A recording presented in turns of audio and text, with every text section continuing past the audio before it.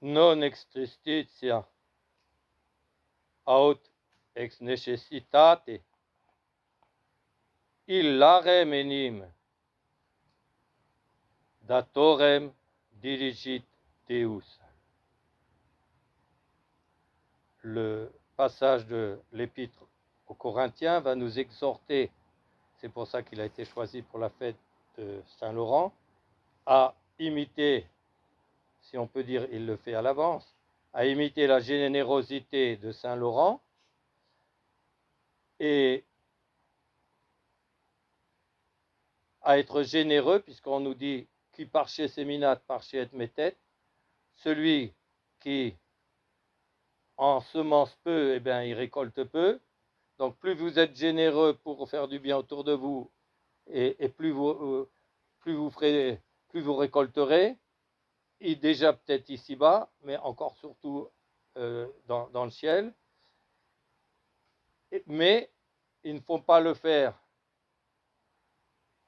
Il ne faut pas être généreux comme ça, extricitia, c'est-à-dire par tristesse, ni ex necessitate, comme une simple obligation qu'on fait, quoi, mais du fond du cœur, et illarem, c'est-à-dire joyeux.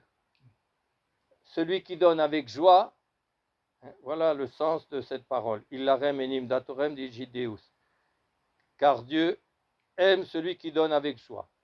Au nom du Père et du Fils et du Saint-Esprit, ainsi soit-il.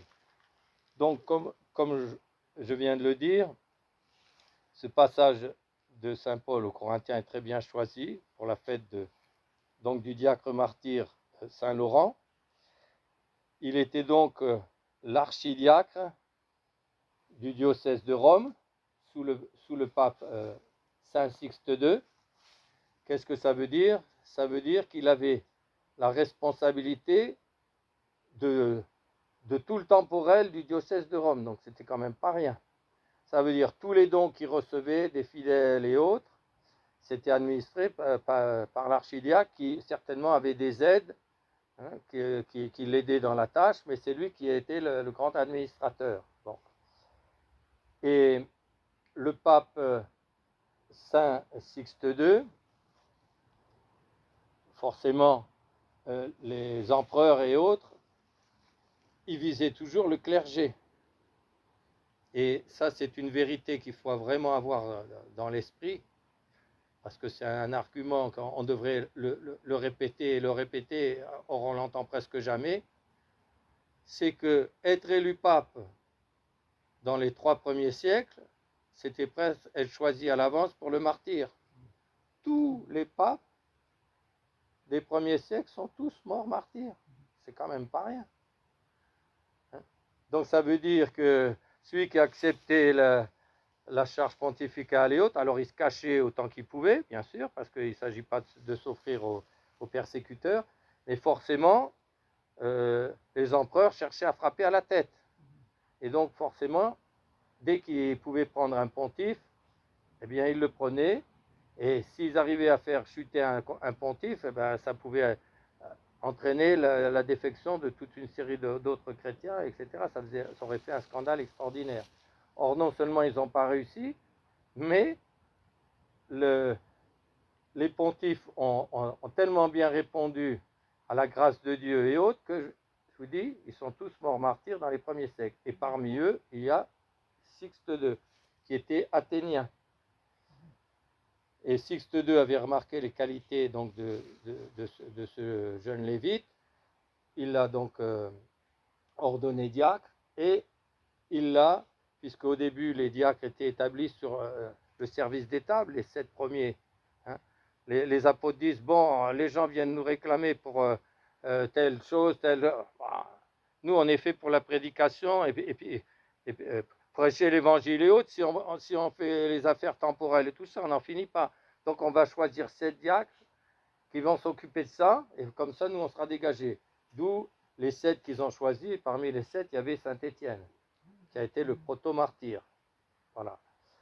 Et donc, là, c'est pareil, c'est Saint-Laurent qui était l'archidiacre, c'est-à-dire le responsable de tout le temporel du diocèse de Rome.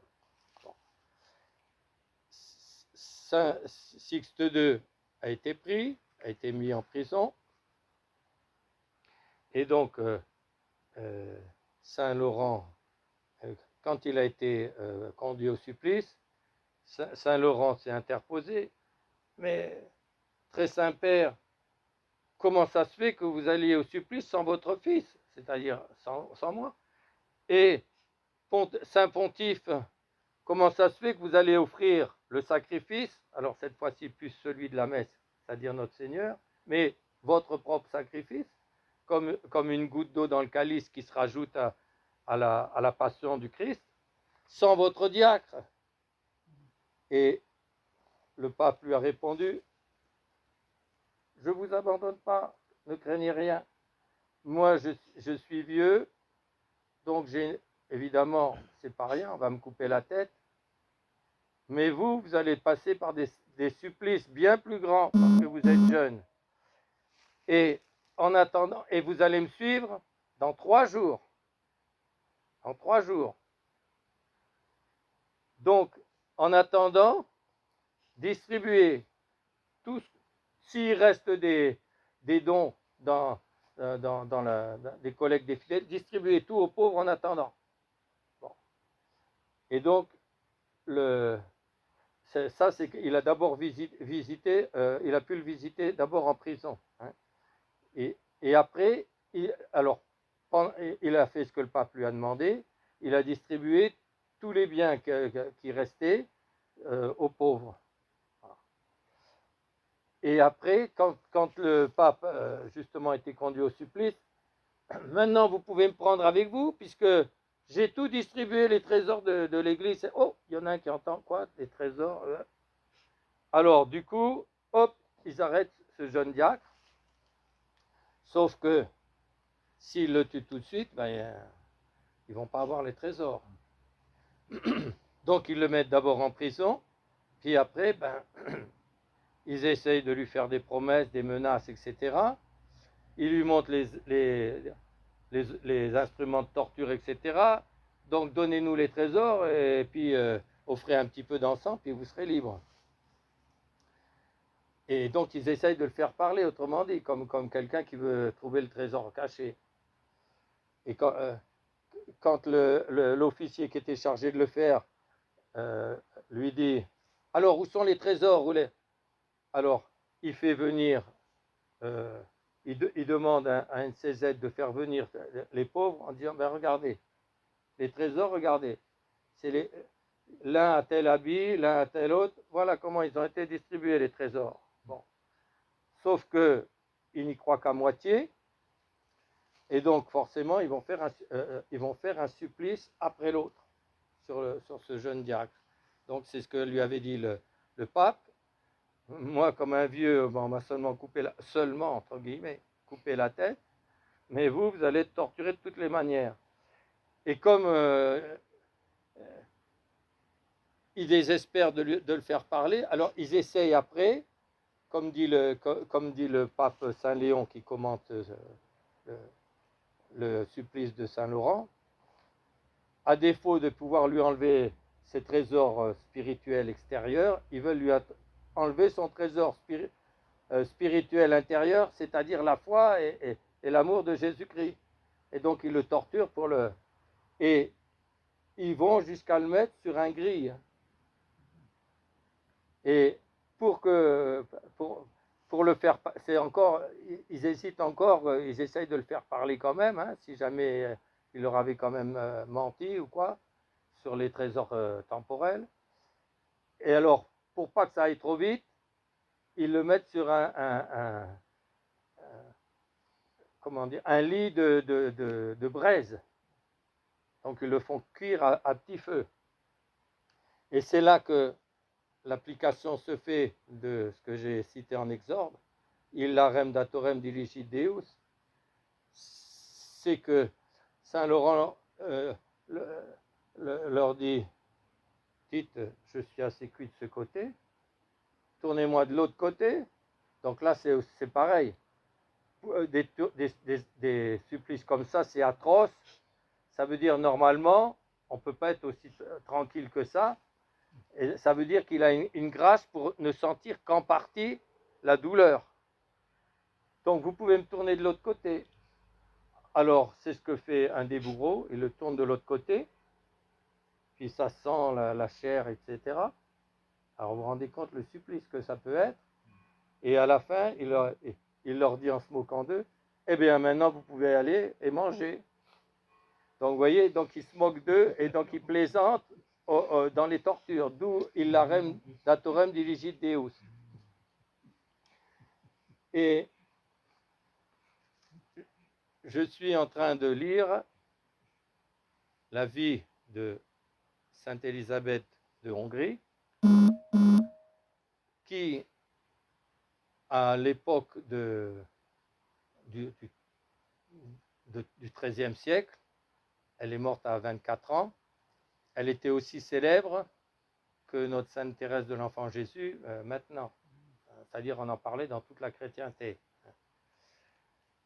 Et elle, il y a un trait dans sa vie, alors il y a beaucoup évidemment de traits admirables et autres, mais un des traits qu'elle dit, elle voit justement certains qui le font ex tristitia et ex necessitate, c'est-à-dire ils font les devoirs chrétiens parce qu'ils ont peur de l'enfer, etc., parce qu'il faut le faire, etc., mais on sent que ça ne vient pas du fond du cœur.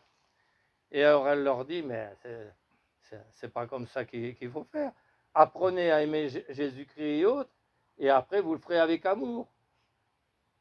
Et finalement, les gauchistes que nous avons rencontrés tout à l'heure et qui nous ont montré le point là, hein, qui entre parenthèses avaient les cheveux gris et qui étaient donc vraisemblablement des post-68ards, ils s'imaginaient que parce qu'on était catholique et autres, alors on allait être triste, etc. Mais parce qu'ils confondent l'espèce de, si on peut même pas appeler ça une joie, disons de plaisir et de réjouissance extérieure avec la joie justement intérieure. Et comme ils ne savent pas ce que c'est que la joie intérieure et autres, ben, ils ne la devinent pas en nous. Et là, on voit justement dans la vie de Saint Laurent à quel point justement, eh bien, l'esprit chrétien doit nous porter à la joie. Alors, vous voyez, on en a un autre exemple, c'est la liturgie, ça parle aussi hein, par les symboles. Et vous savez pendant le carême et pendant le temps de l'Avent, la couleur liturgique, c'est le violet, le mauve. Et il y a 2 dimanches où on met le rose. Quel est le symbole? Alors, c'est justement à la mi-carême et à la mi-avant. Quel est le symbole? La couleur blanche, c'est la couleur de la joie, de la résurrection et autres. Quand, au moment de la résurrection, les anges apparaissent avec des vêtements, ils prennent des apparences humaines et ils apparaissent avec des robes pleines de blancheur, etc., l'éclat. Donc, c'est le symbole de la joie. Si vous mélangez les couleurs entre le violet et le blanc, ça vous fait du rose. Et quel est le symbole? C'est vous faites pénitence, mais le faites pas avec des faces de carême.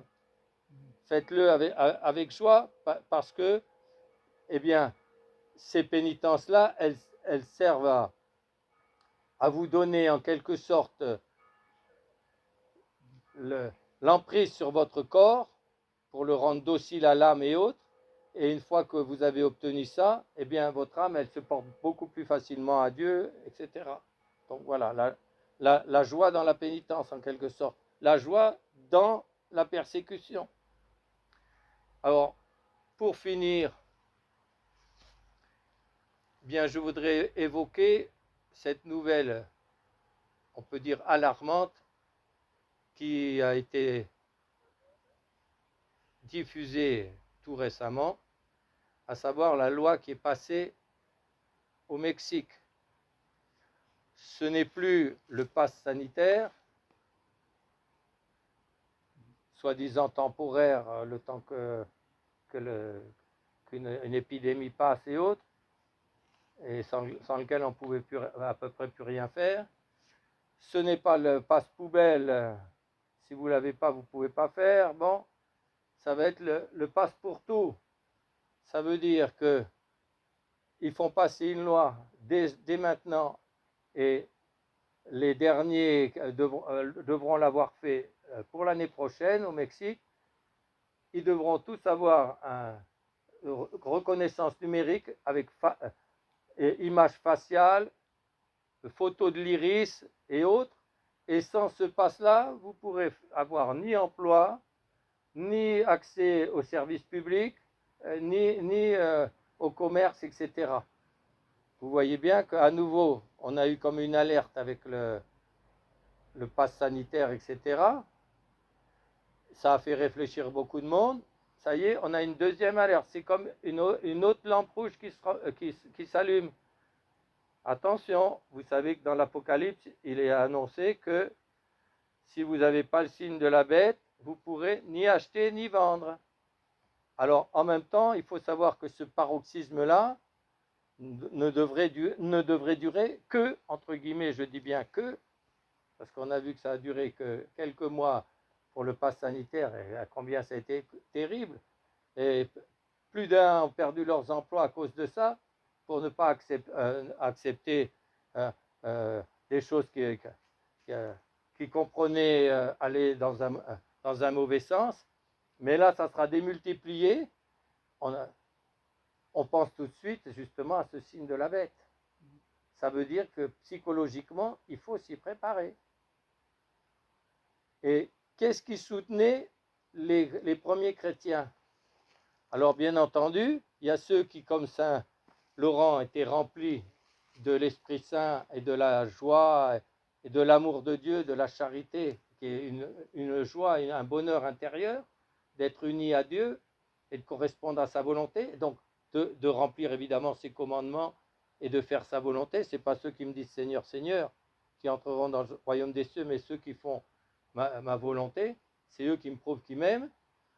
Mais il y avait aussi ceux qui se disaient, d'accord, je vais être supplicié ou autre, mais si je trahis, au lieu d'être supplicié quelques instants ou quelques semaines avant d'être exécuté, ça sera pour l'éternité que j'aurai les souffrances de l'enfer et autres. Donc, en quelque sorte, quelquefois, on a aussi besoin de ça, de la crainte. Hein. Même Sainte Thérèse d'Avila, qui était si ardente et si aimante de Dieu, elle dit, à certains moments, j'avais besoin de la crainte de l'enfer pour me soutenir.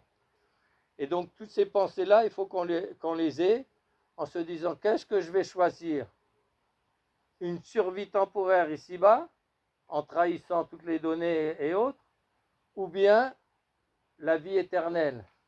Bon, il y en a certainement qui pourront peut-être passer à travers, surtout si ça dure que 3 ans et demi.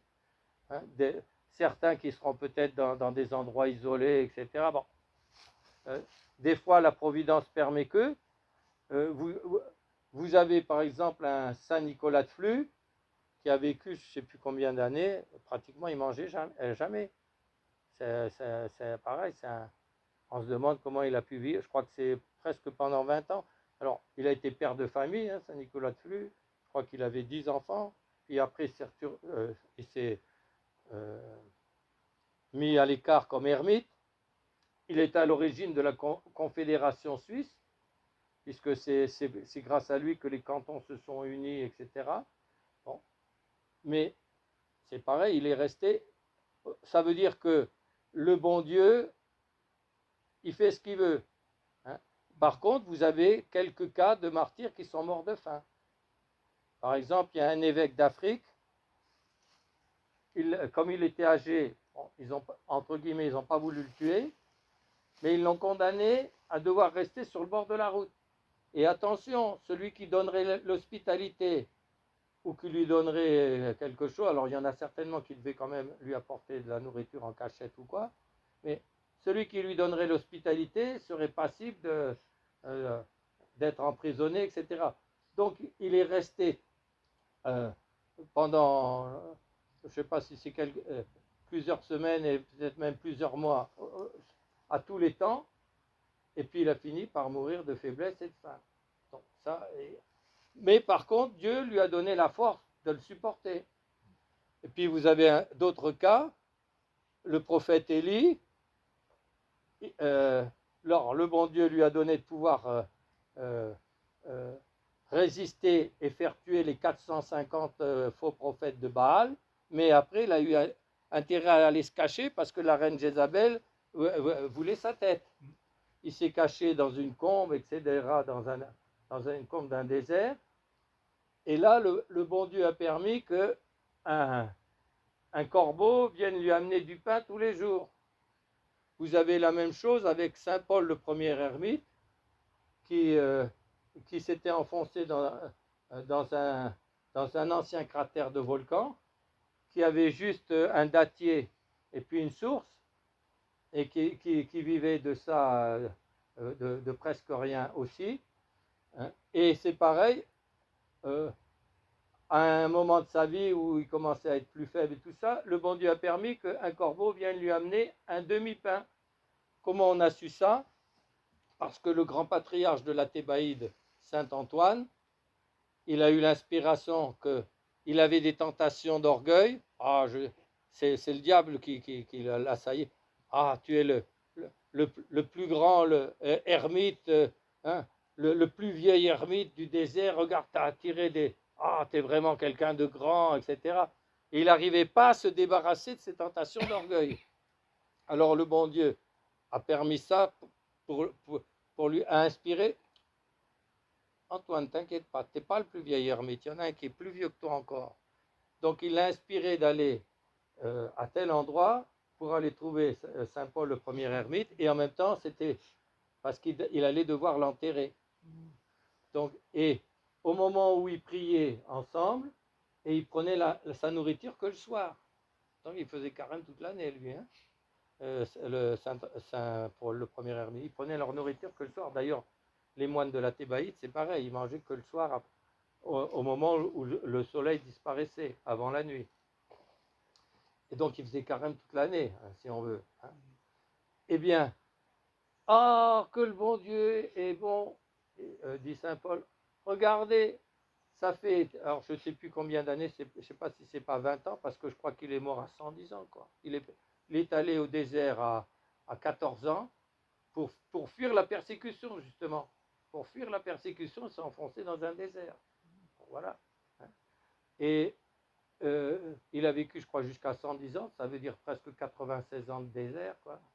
Oh, que le bon Dieu, ça fait 20 ans qu'il me fait venir un demi-pain, et comme vous êtes là, aujourd'hui, regardez, il nous en donne un entier. Donc ça veut dire que